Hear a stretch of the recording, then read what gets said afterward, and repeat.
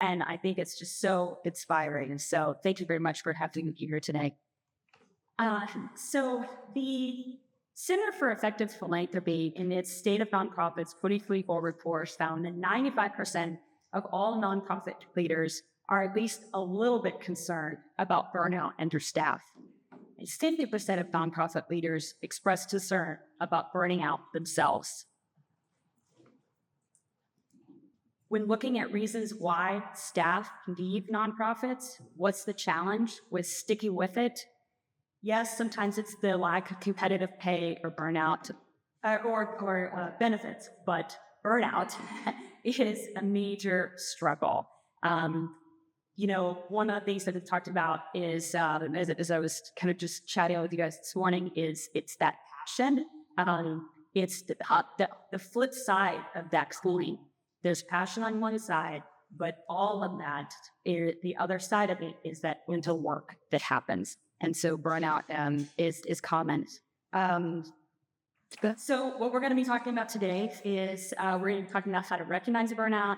We're going to be talking about how to understand its impact, why it and what happens, especially in the nonprofit sector. You hear about burnout in a lot of different fields, but I think there's something very, very special about burnout in the nonprofit sector. So specifically, we're going to talk about that. And then most importantly, we're going to talk about ways to prevent burnout, both at the organizational level and at the individual level.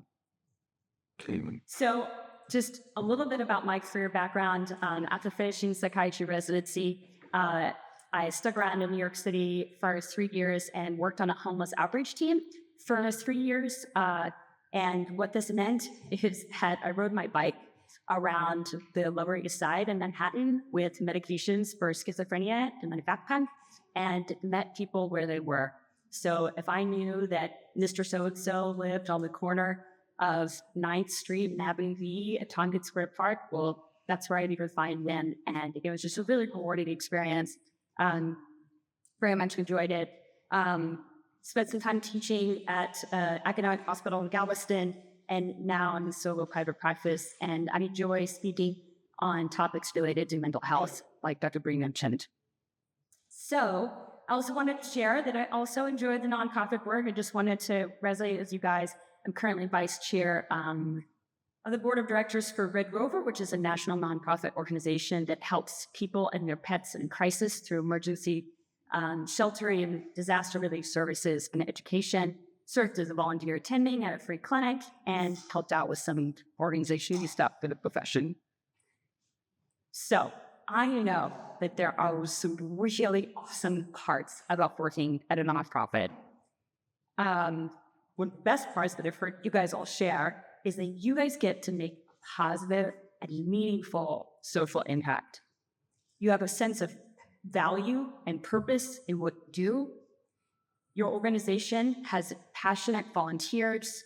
You have a strong sense of community here today, great coworkers, and you've likely experienced immense personal growth. The challenge with that, though, is that, like we talked about that coin, the passion for the mission often leads to overwork and neglect of personal boundaries. Those long hours that are required for fundraisers and special events, which are often held outside of normal business hours, eat into your family time. Plus, just burnout rates tend to be higher in people who view their work not just as a calling, or as a calling and not just as a paycheck, right? Limited funding can be exhausting.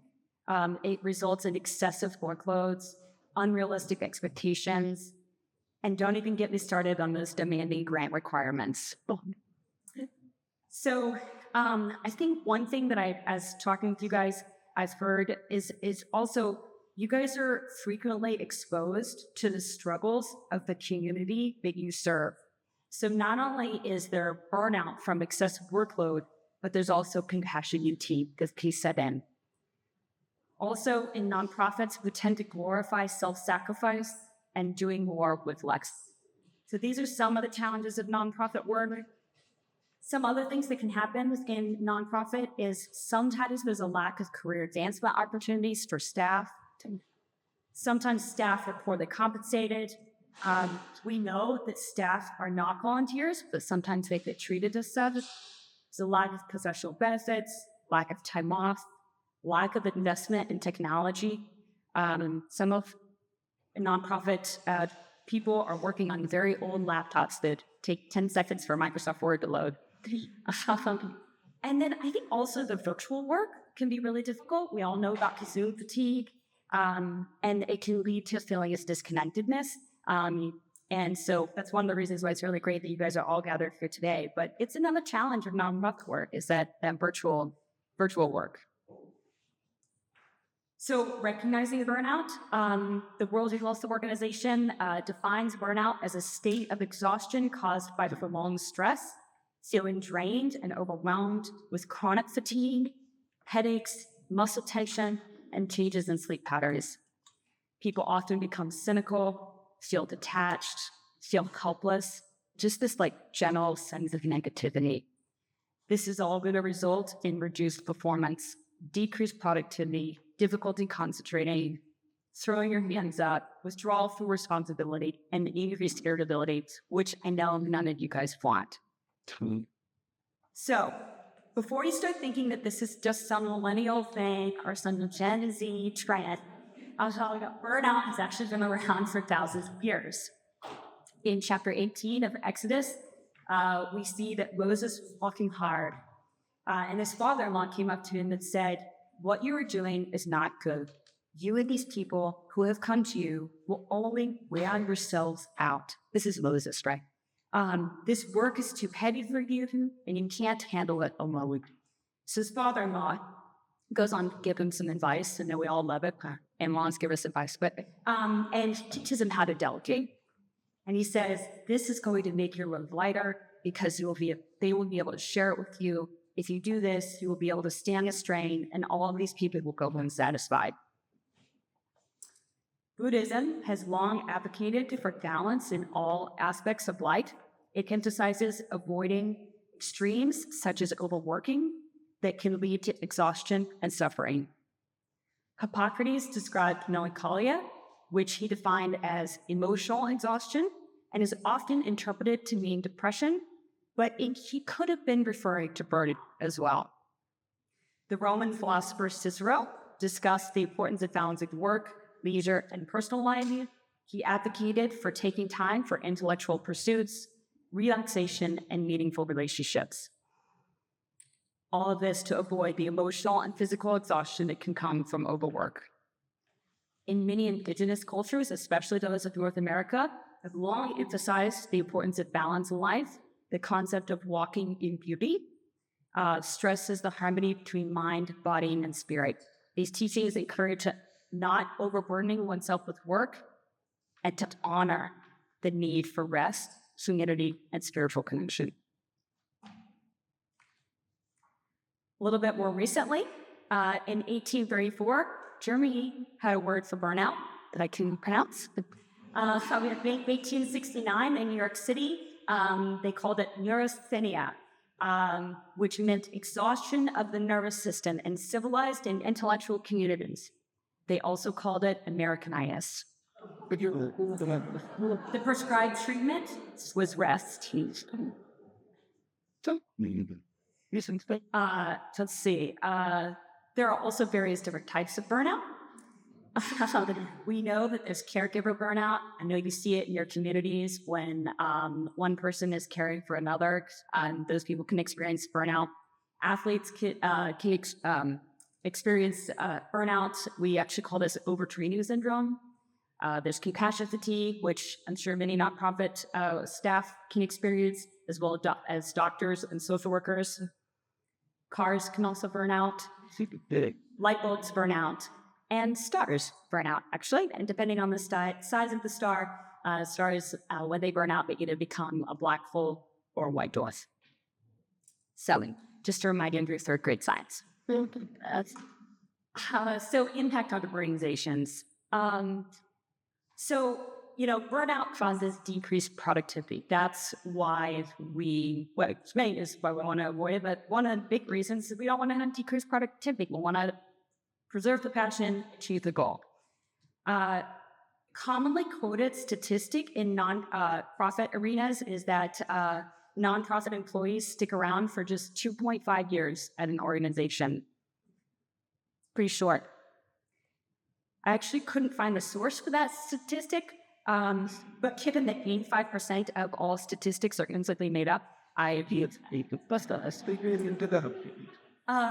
so burnout can weaken your organizational effectiveness, right? And we don't want that. We have a passion, you guys have a goal, you have a mission. These are people's lives that you guys are helping. And I think that's so valuable. And so that's why we're talking about it here today.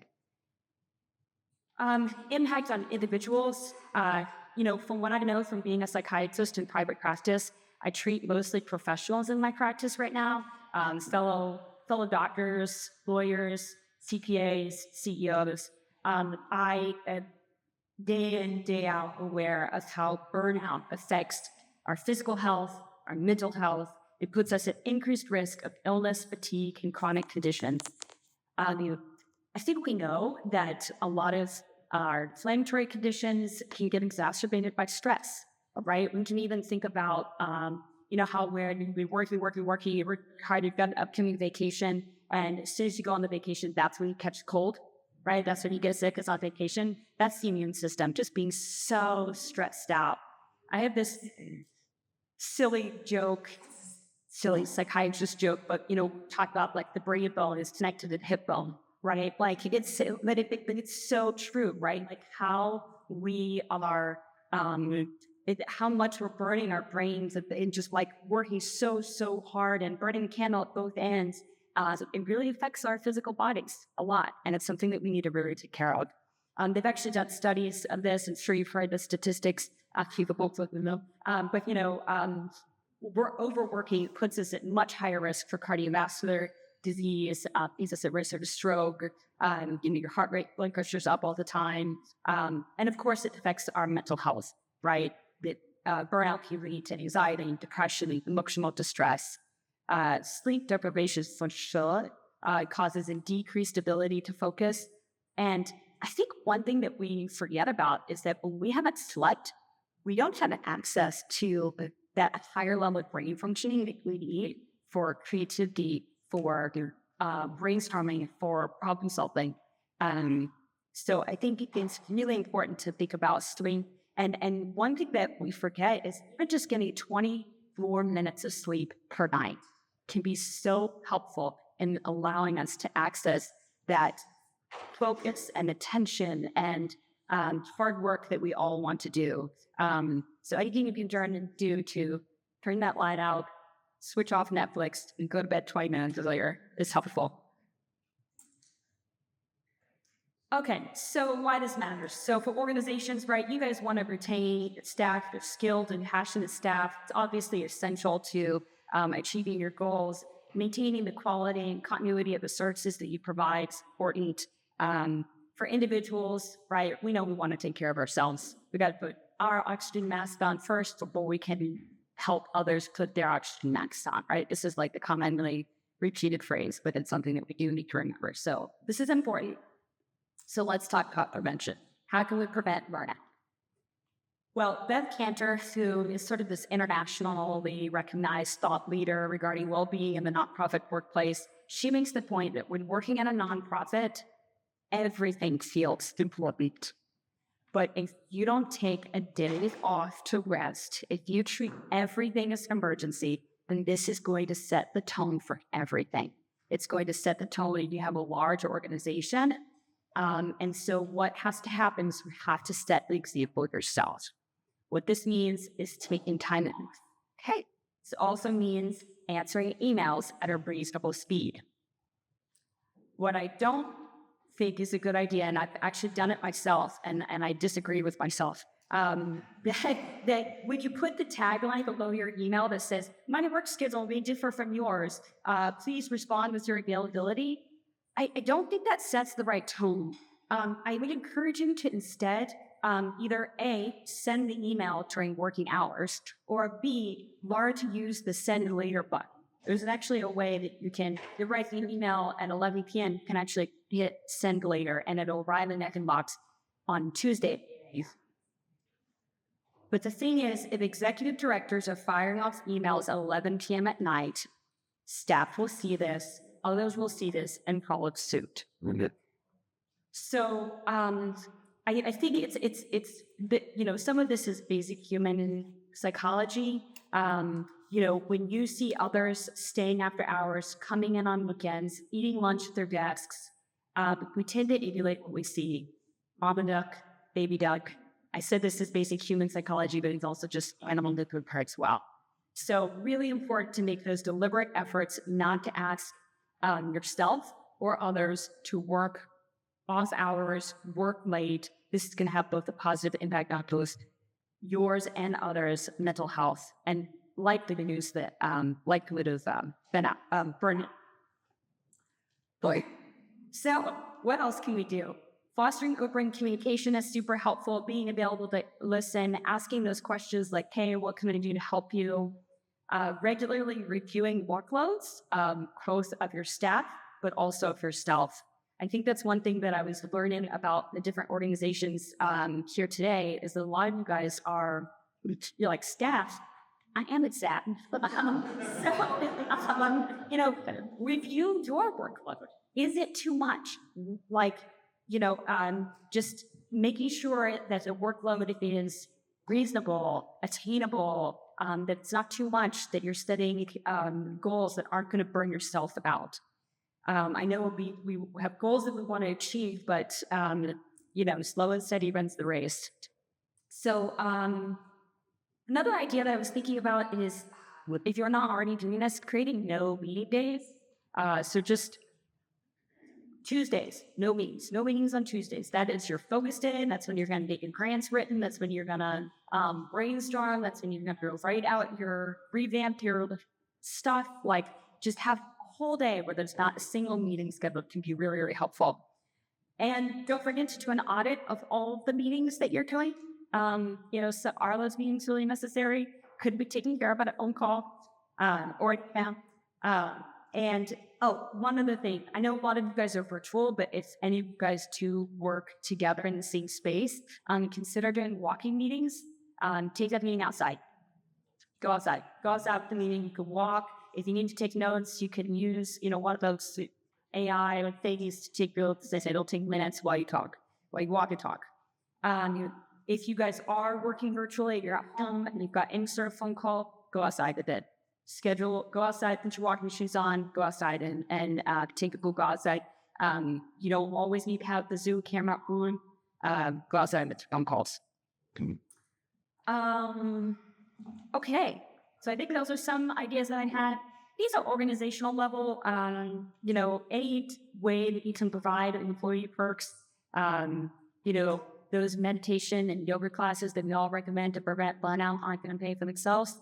So you can consider asking local yoga studios to donate class pass to your organization. Consider what sort of creative childcare opportunities you can create if you are in an office. Consider outsourcing as much as you can. One of these I have trouble getting done is laundry. And I put the load in before I leave for work, thinking that I'll remember to switch it over to the dryer after I get done getting ready, and I never do. And then I come home to all day clothes in the afternoon. There's laundromats that you can they'll come and pick up your clothes, and you just get the giant bag of dirty clothes, and they'll drop it back off with wash, dry, and fold it. So think of ways you can outsource things that can help. If you are in an office, have well-behaved pets. They don't necessarily have to be service animals, but just a well-behaved pet in the office. Consider having an office turtle if you can't have a pet. And paper plates. We were talking about this at sitting at the table. I know we want to protect the environment. I think we should all be doing everything we can to reduce, reuse, and recycle, just like the 90s taught us. But sometimes you got to do what you got to do. Gym memberships are a nice perk that they're often willing to donate. Education reimbursement is helpful. Healthy snacks, if you are in an office setting, can be helpful to encourage people to come into the office. I think the issue is, nonprofits are so creative when it comes to finding resources for programs. Let's extend that innovation to ourselves and to our staff. Coaching, training leaders in good coaching practices. Have them read the book, The Coaching Habit by Michael Ben-Stanier. Train them to recognize signs of burnout, create supportive team dynamics, and promote employee autonomy. If you're working with someone else, see if they can choose their own deadline. Ask them when they can have that project done, within reason, right? Sometimes we've got like hard deadlines, we've got events, we've got fundraising things, but it can be really, really helpful if someone can choose their own deadline to be like, I bet I could have that report to you by next Thursday. I've got this project over here, that project over here. Let me get that back to you then. And say, great, next Thursday, that's earlier than I wanted. Wonderful. Autonomy is really helpful. Don't forget to hire either virtual assistants or temporary staff when needed. There's a lot of virtual assistants out there nowadays. People who are, you've got a job that they do, maybe they're a mom or something, but they're able to donate 2 hours 3 times a week and be a virtual assistant. Can be very helpful. You can also consider hiring unpaid interns for aspiring medical students.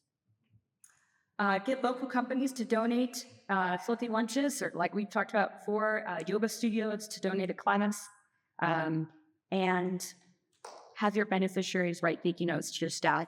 Can go a long way. Most of us thank those thank you notes that we get for our work that we do.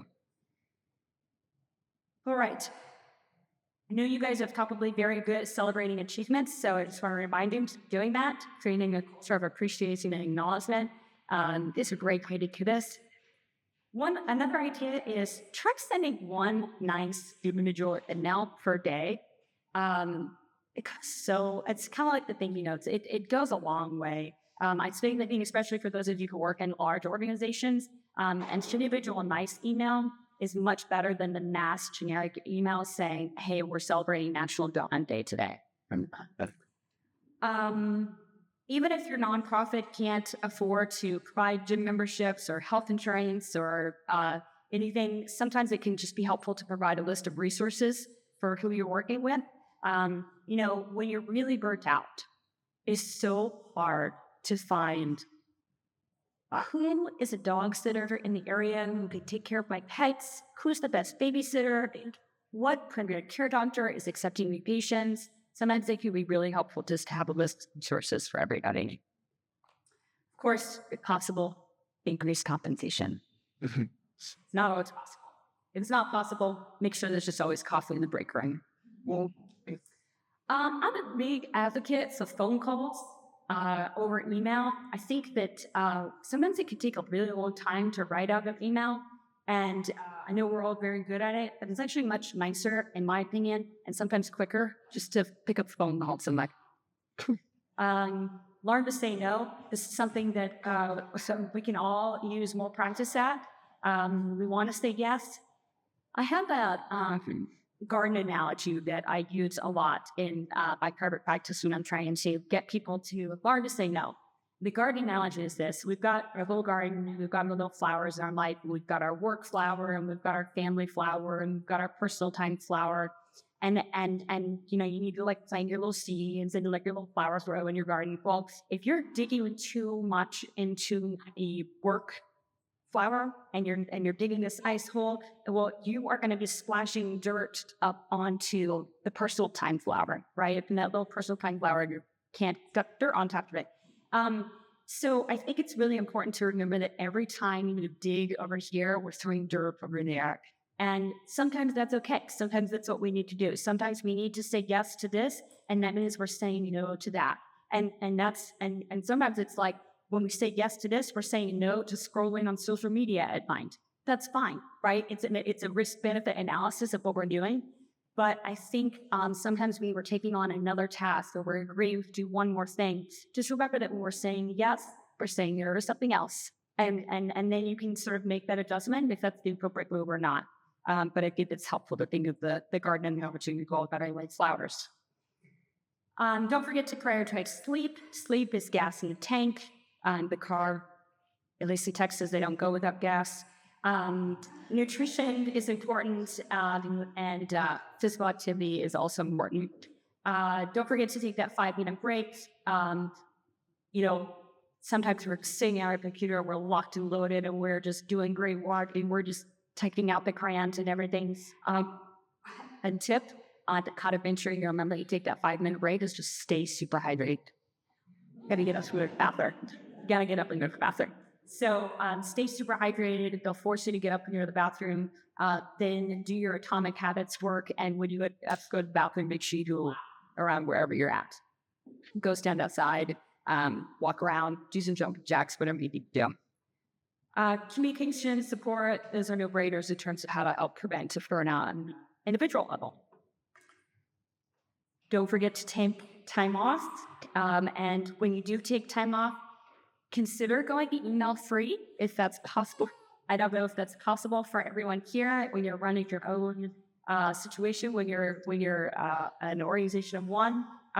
But what you can do is you can answer emails for just 1 hour per day, 8 to 9 a.m. That's when you answer emails. Any email that comes after 9 a.m. gets answered the following day when you're on vacation. And so you can sort of set that time up. You can do it before everybody else in the family wakes up and answer those emails 1 hour per day. You can do a little thing on your an aware message saying you're going to answer emails every morning, just so people know. Practice sharing what you're grateful for, whether that's with yourself. It's always great if you have a journal and you can write 3 things that you're grateful for every single day. Sometimes you're just the only thing you can be grateful for is that the sun came up. And it's really difficult and you're going through a really hard time and it's hard to find something that you're grateful for. But I think we can all find 3 things that we're grateful for every day. It can be very helpful. Send 1 nice email per day. We talked about that. Do the kindergarten thing and practice 1 act of kindness every day. I know we were taught that a long time ago, but it's a really important thing to remember to do. Try to regain control and autonomy when you can. What I mean by this is try to set up your day so that you're doing your most dreaded tasks, maybe like right before a lunch break. And that way, you know, when you're doing the dreaded task that you can look forward to the break. And then also during the break, you have time to recover. So setting up your day like that can be very helpful. Use AI, use ChatGPT. There's some really neat things out there that can help us at least get things started, and then you can edit from there. I think I would be remiss if I didn't mention that is one thing to do is consider seeing a mental health professional for therapy. Therapy doesn't just have to be something that you do when things are going really wrong. It can be something that can be life enhancing and it can help you reflect. And so I encourage you, if you have the access resources, to see someone. It can be very helpful. So, key takeaways: burnout is common, been around for thousands of years, but it can be preventable. At its core, you guys know that nonprofit is driven by passion. What begins as a personal investment and something that you are so excited about can quickly become the driver of stress and overwork that then leads to reduction in productivity and less ability to achieve your goals. But hopefully, some of these tips have inspired you to do your own brainstorming on ways that you can prevent burnout, both in yourselves and in your organization. So, thank you very much for having me.